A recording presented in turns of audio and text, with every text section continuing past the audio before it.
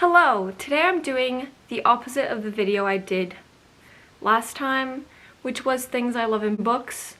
I'm going to be doing things I hate in books. So I have around 15 things that I don't like in books. Some I even say I hate in books. If you know that reference.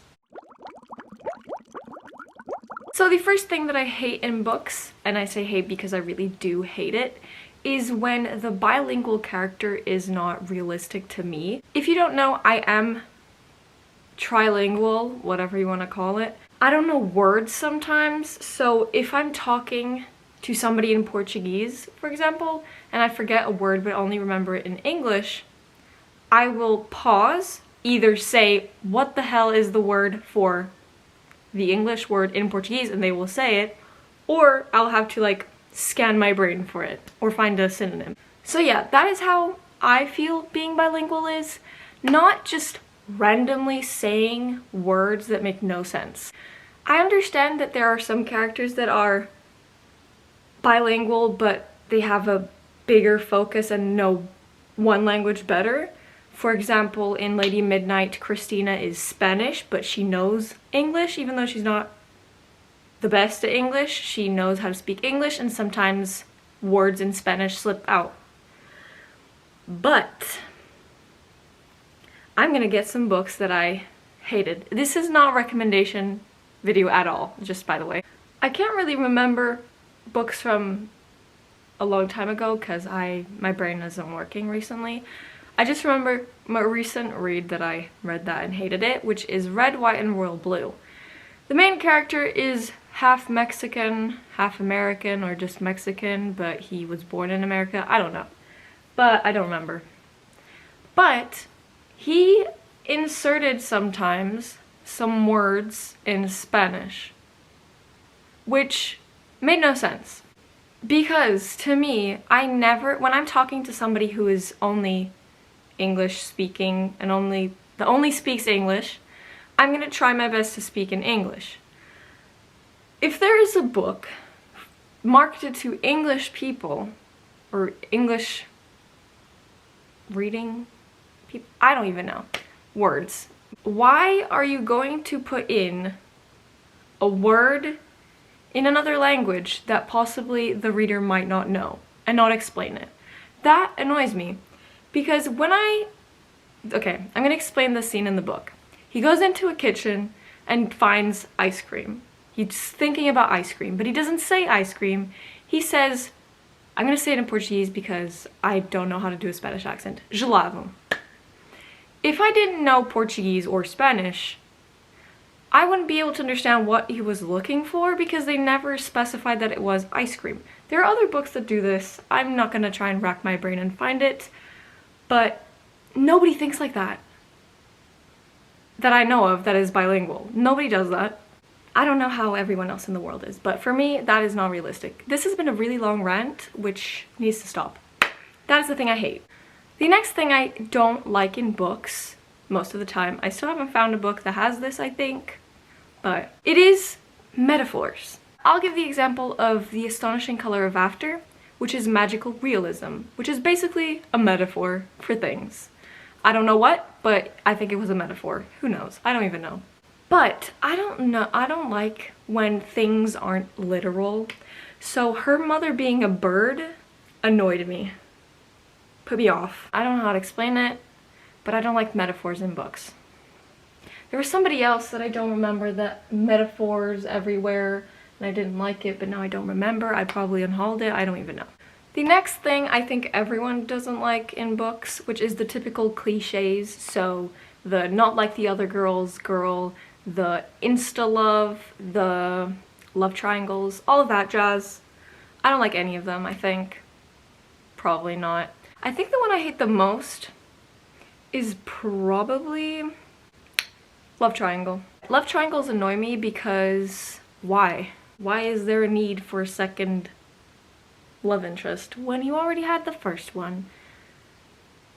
An example of this is Laura Jean.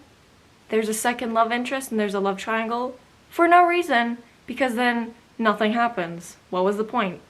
None. The next thing I've mentioned a few times, I think I even mentioned it in the last video, but it is when a book is too predictable. A key example of that was Full Disclosure. I predicted the whole entire book, and that really made me not like the book.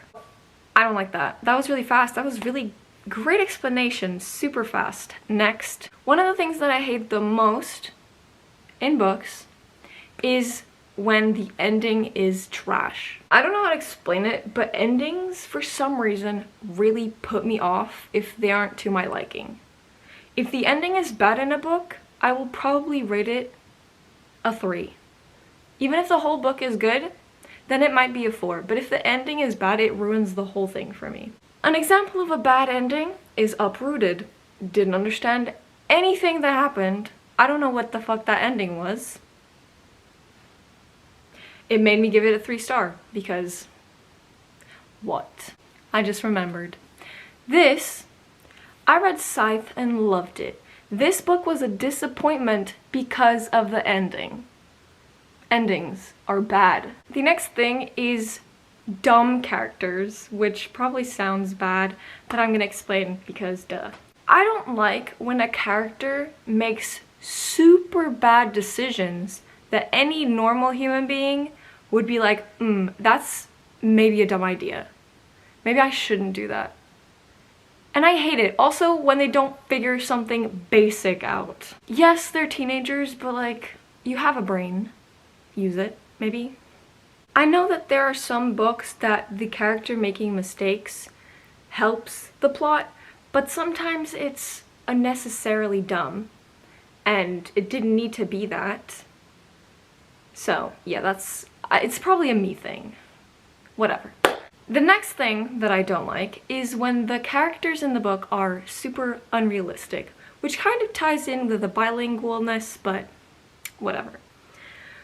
What I mean by this is, for example, a character knowing a text by heart, like a poem or something.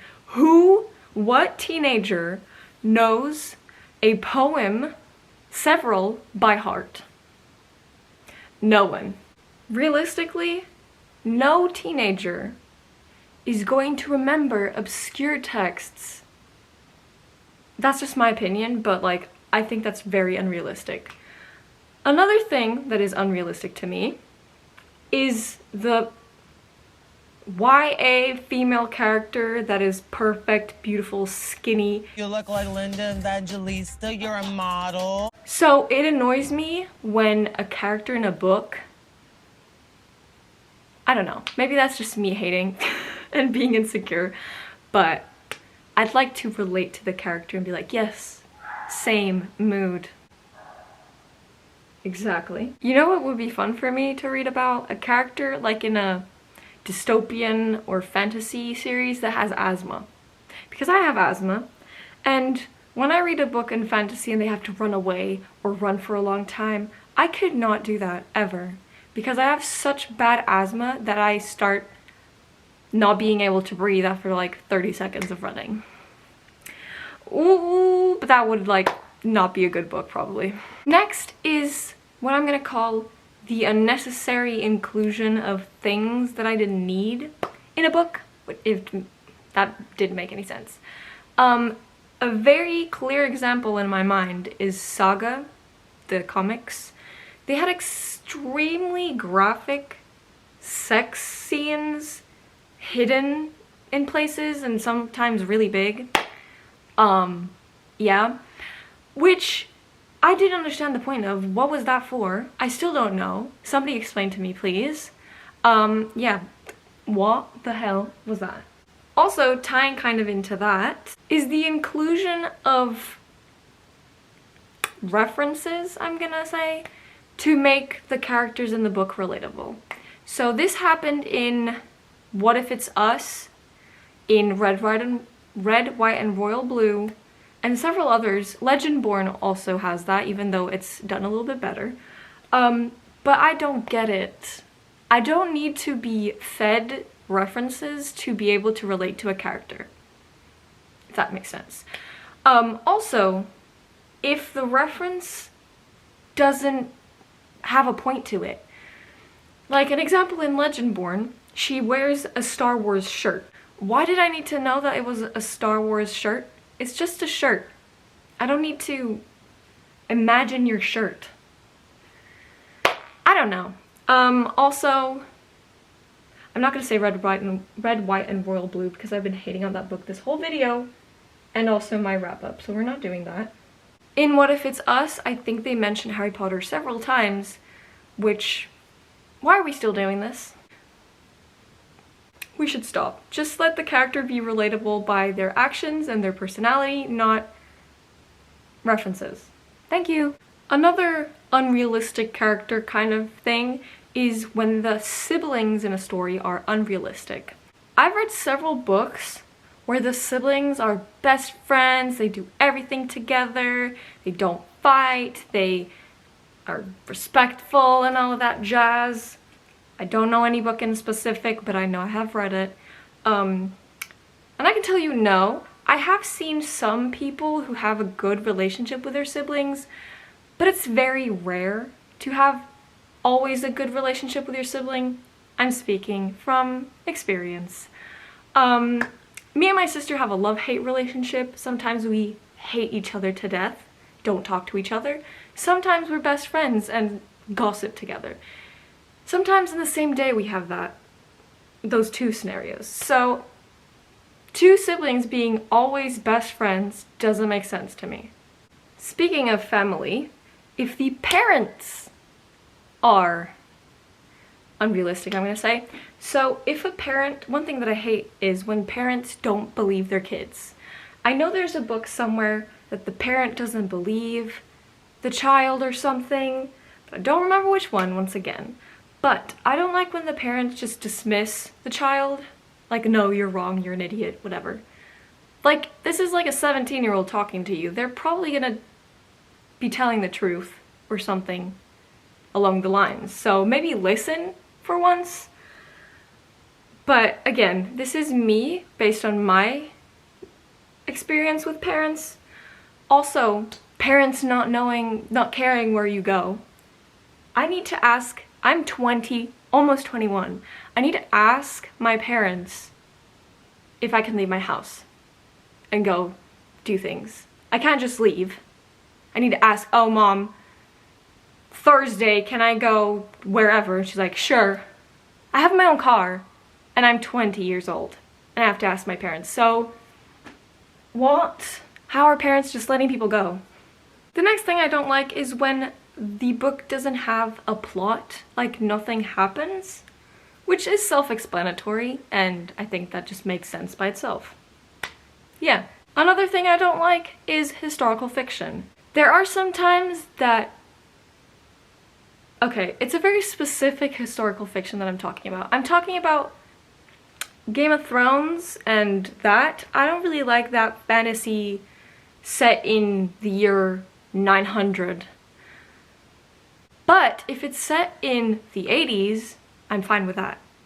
So, very old historical fiction, I guess, then. I don't know. I just don't like it. I don't have an explanation.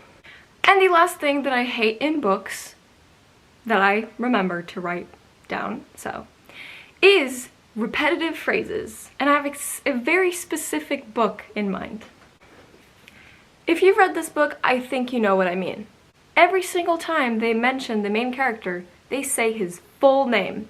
To the point that I read this, 2 years ago? I still remember his name. Zachary Ezra Rollins. I don't need to be told his name, full name, over and over again. Imagine people from Portugal doing that, which have like 17 names in their name. My dad has 7. Imagine every single chapter saying 7 names. That's just dumb. No. But those are all the things I hate in books that I remembered for now. If you like these things, I'm sorry, I don't. That's just my opinion. That's fine. We're different. All good. But that is everything for today, and I'll see you in my next weird video. Bye!